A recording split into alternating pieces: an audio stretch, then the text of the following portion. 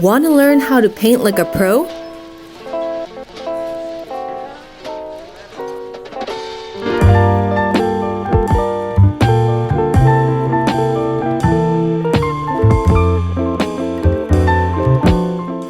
Welcome to my two-part series of the free tutorial of painting cherry blossoms in watercolor. Since this is a two-part series, I'll begin by covering the necessary materials and tools, a study of value, an anatomical study of cherry blossoms, key techniques and exercises, and the masking process. In this lesson, I've included a list of materials I've used, an outline of my drawing for you to trace so that we can focus on the painting, and a reference photo that I personally took in a garden, a nearby park, or during my nature walks. Let's start off with discussing the necessary tools and materials needed. I used hot-pressed block paper from Arches. It's 100% pure cotton, 300 grammage or 140 pounds, and the size is 28 by 36 centimeters. If you have stretched paper, that is even better to prevent buckling. This paper is highly recommended for this tutorial. I use HWC Holbein Artists watercolors. For the pale pink tones, I've used Carmine, Permanent Alizarin Crimson, Quinacridone Scarlet, and Scarlet Lake. If you do not have the same colors or a variety, any red tone will do. This is optional, but in some areas I have used a mix of brilliant pink, which you can make by adding Chinese white. I typically do not like using white or opaque paints, but in this case, since every pigment is so watered down, sometimes it helps to have some stable opaque tone to mix with. But again, this is optional. For the cool colors, I've used Quinacridone Violet, or any purple hue, Payne's Gray, which is actually a bluish tone, or dark blue. I've used Gamboge Nova, or any yellow, and Sap Green, or any vibrant yellow-green.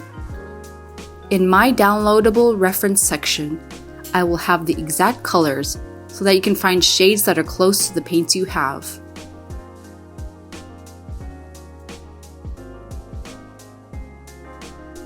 This is a Winsor & Newton Series 7 No. 2 Kolinsky Sable, but I would recommend any other round brush. You might see me using round brushes from Holbein at times, which are synthetic and cheaper, and I'm just used to it.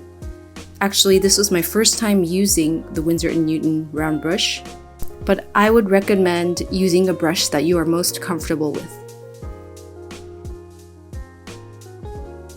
This is an Interlawn brush with sizes in 0 and 1/0, and they are synthetic nylon brushes made in Japan, but if you don't have these, any liner brush will do. I use a mechanical pencil for those fine details, or just a regular HB pencil. I use a Tombow mono eraser, the basic type, or the holder eraser, which gets into the little details.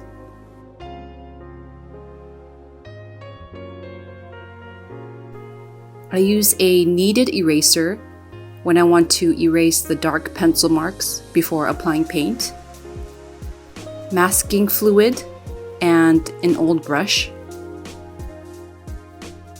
any rubber eraser to remove the adhesive of the masking fluid, or a rubber tip pen, or an erasable pen, which I'm using, a white plate, whether it's ceramic or porcelain, for mixing colors. I avoid plastic palettes as they absorb old paint. I got my white plate at the 100 yen store. I use a paper view finder, which is basically a hole cut in the middle of white paper. It helps you assess what color that specific spot is because it's surrounded by many colors that your eyes just get confused. Test paper. For tracing, you would need carbon paper, or I've used just an HB pencil. An HB pencil or higher is recommended. some water, and paper towels.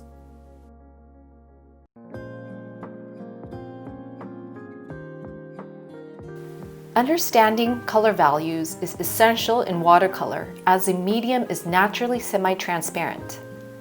In my wet-on-dry technique will gradually build up from the lightest shades to deeper tones.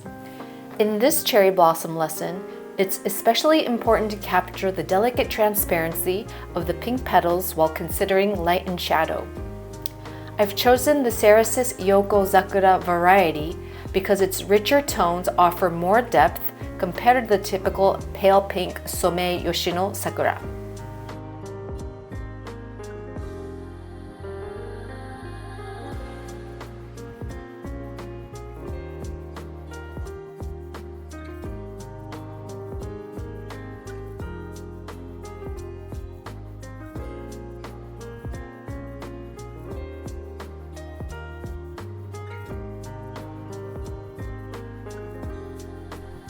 Let's make a value scale here. I am testing with 4 red hues: Carmine, which I'm doing here, Permanent Alizarin Crimson, Quinacridone Scarlet, and Scarlet Lake.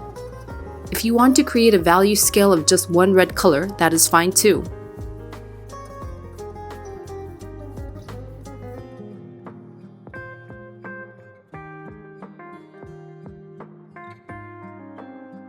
Now, control over your paint and water is really crucial in evaluating tones. How much control you have with your water on your brush, and control over how much pigment you have over your paint. When using black, the value scale is from 1 to 10, or 10 to 1. I made a chart with about 8 squares as the red tones aren't as dark as pure black, and I wanted to see where I could go up to.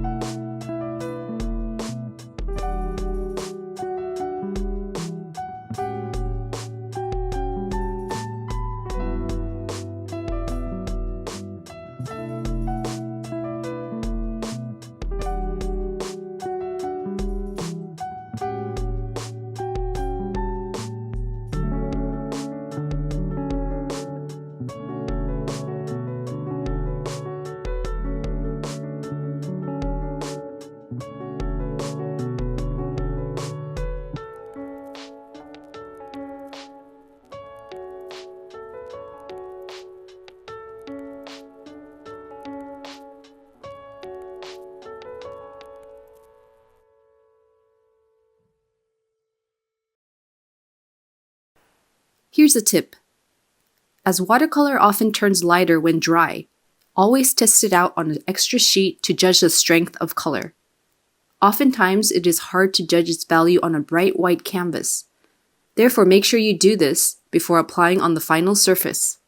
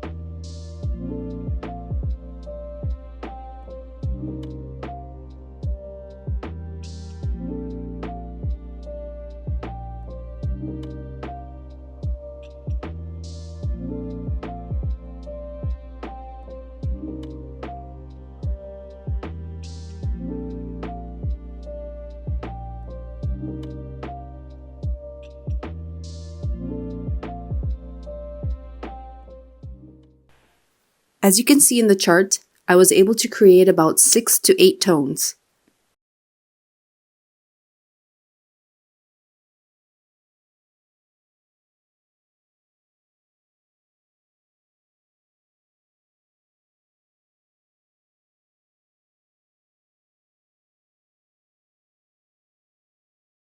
Planning, meaning establishing the color key early on, is an important stage.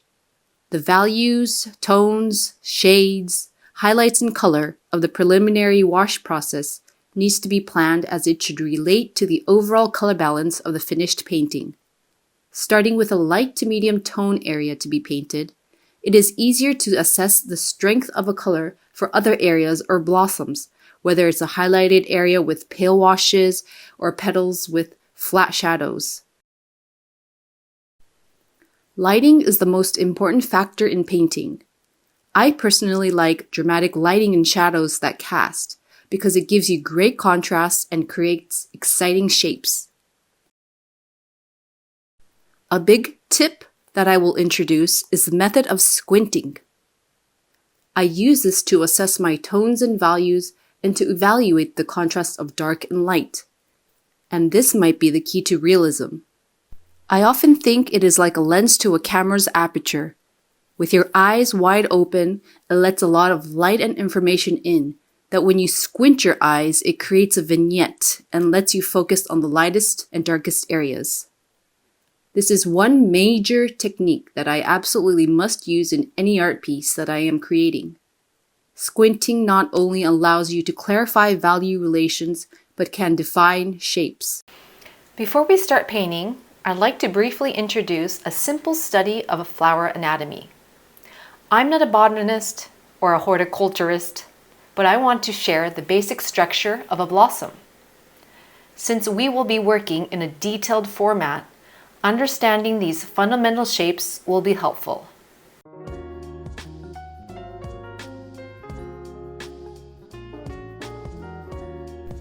Here I am drawing 5 lines that create a star-like shape where the petals grow from. The sakura have 5 petals in which the ends are usually split. That is the main difference from peach or plum blossoms, if you're ever wondering.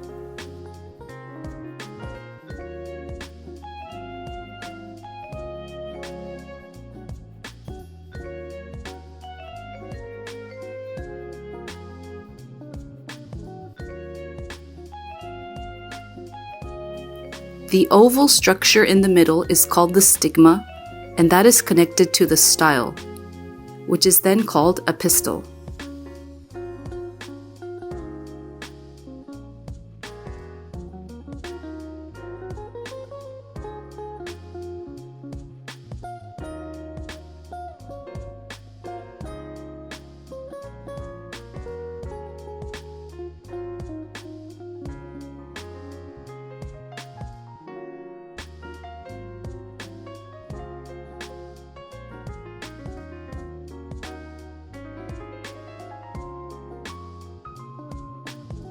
There are little bursts around the stigma, and each tiny dot is called an anther, which connects to a filament, and that is called a stamen.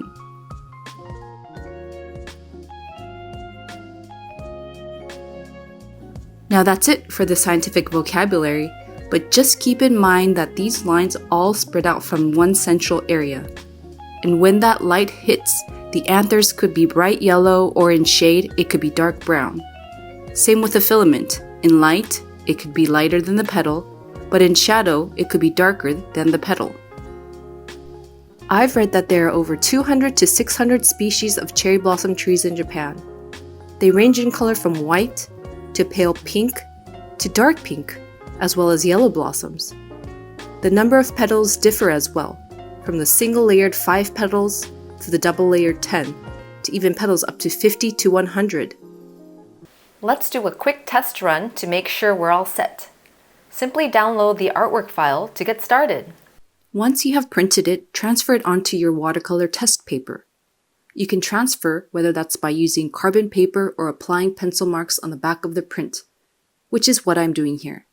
There are also other ways of transferring, such as using your window or a light box, but that's if you're not using block paper or stretch paper on a panel. Pick out any flower to test paint like I am doing here.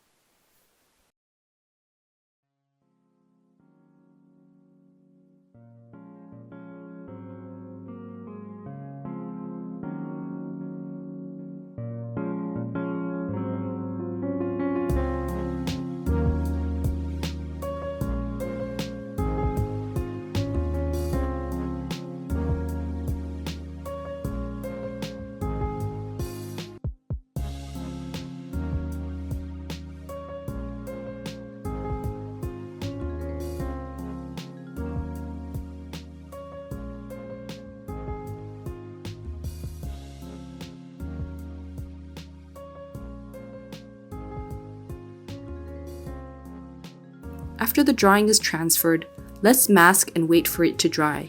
If your drawing lines of the pistil and stamen are difficult to see to mask over, just remember the anatomy study that we drew earlier.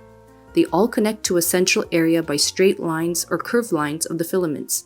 They don't have to be perfect to the reference or outline drawing.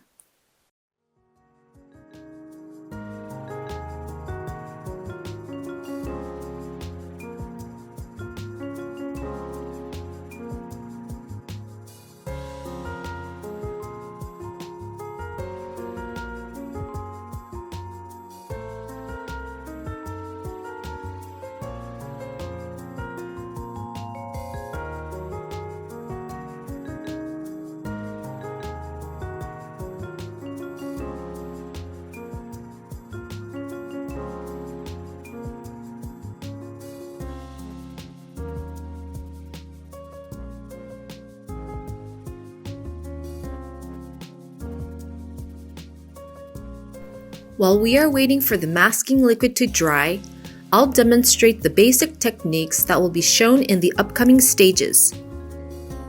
Let's start with the wet on dry technique. It's just wet pigment on a brush applied directly to a dry surface. If applied evenly, it creates a smooth, consistent look with defined hard edges. Here's the wet on wet technique. I first wet the area I want to paint, then apply a loaded brush onto the damp surface. This creates soft edges and allows the pigment to spread, sometimes forming unexpected blooms, whether intentional or not. Here's a wet on almost dry technique, painting on a surface that's slightly damp but not fully dry. As the paint interacts with the remaining moisture, it creates blooms, but with more defined hard edges.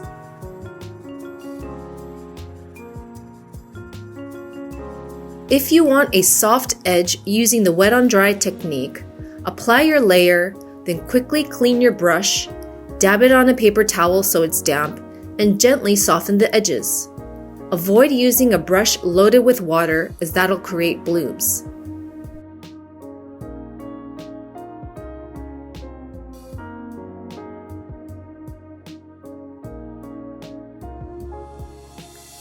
Hot-pressed and cold-pressed paper behave differently, and the brand also impacts performance. For the main painting, I'll be using Arches hot-pressed paper. However, for this demonstration, I'll use Muse's Fabriano Artistico hot-pressed paper. It's more affordable, but doesn't quite match the quality of Arches.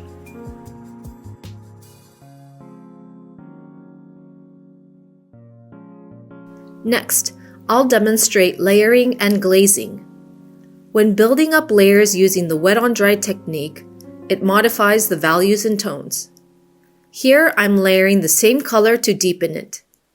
On the right, I'm introducing warm orange and cool tones. Layering and glazing are essential techniques in this tutorial.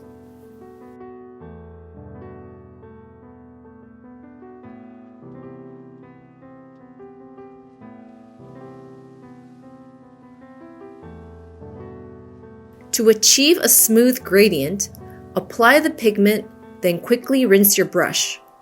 Using the damp brush, blend the lower edge of the wash, gradually dragging the color outward. Repeat this process, rinsing and blending until the transition becomes soft and light. For a gradient with multiple colors, quickly introduce new pigments while the first layer is still wet. Blend directly on the surface, allowing the colors to merge naturally.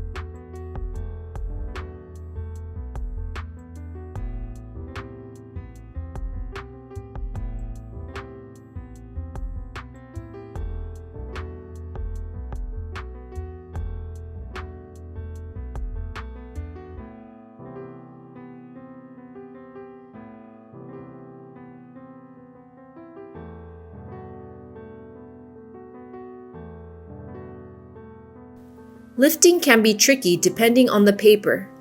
Fabriano Artistico doesn't lift as well, which is one of the reasons why I prefer Arches. To lift pigment, I use a damp brush to gently remove color. I'll demonstrate this on a different paper to show the variation. The ability to lift depends heavily on the type and brand of paper used.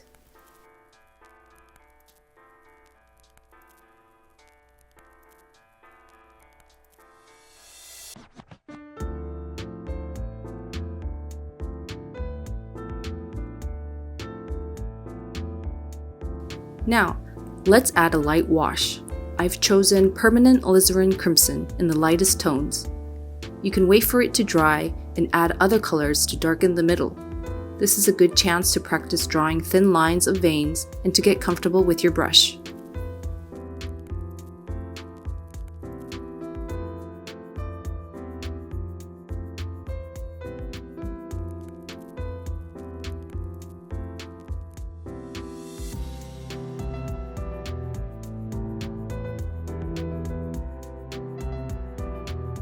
Let's get the masking off. Use a rubber tool, or in this case I've used an erasable pen, which has a rubber tip. Some people will use their fingers to scratch it off, but the hand oil and grease will tend to absorb the paper, so I do not recommend it.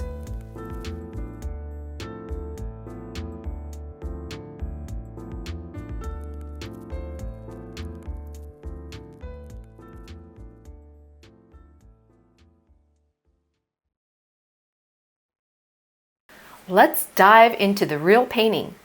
Once you've traced or sketched the blossoms from the downloadable file or reference photo, we're ready to apply masking liquid to the stamens and pistils. In many of my watercolor paintings, I typically do not use masking liquid, only in a difficult situation, but that is really up to the watercolorist. In this lesson though, I will show you this easier method of reserving areas of a painting. I use an old cheap brush.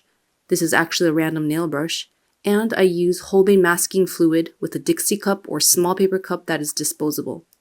I also have masking liquid brush cleaner, which is optional.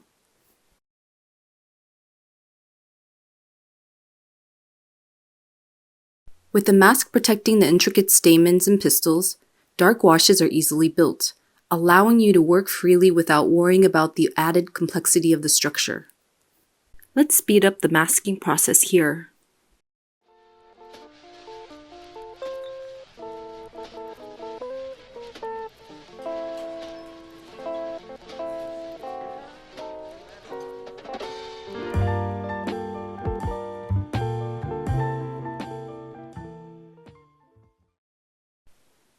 If you can't see your drawing outlines, that's okay. It doesn't have to be perfect. You can always refer back to the reference photo or the drawing outline, but that will be a big headache to spot each stamen and pistil. Just remember the study we did, as it all connects to the central area.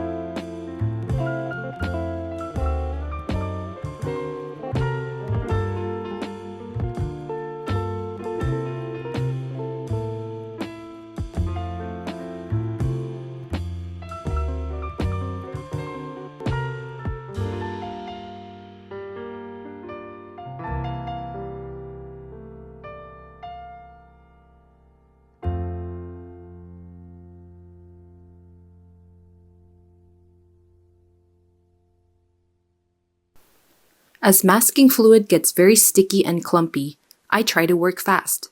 If your brush is already clumped up from the paint, try to remove it with a cleaner or paper towel and work again.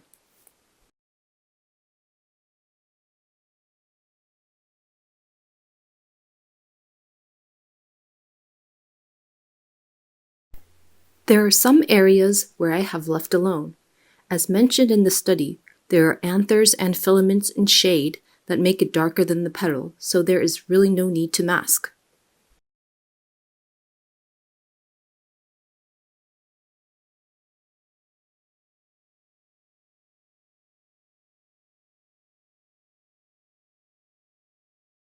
Thanks for watching! Make sure you like and subscribe, and also follow me on Instagram at artsyanna. In part 2, you will be able to view the full-length free tutorial of the painting process, so check that out.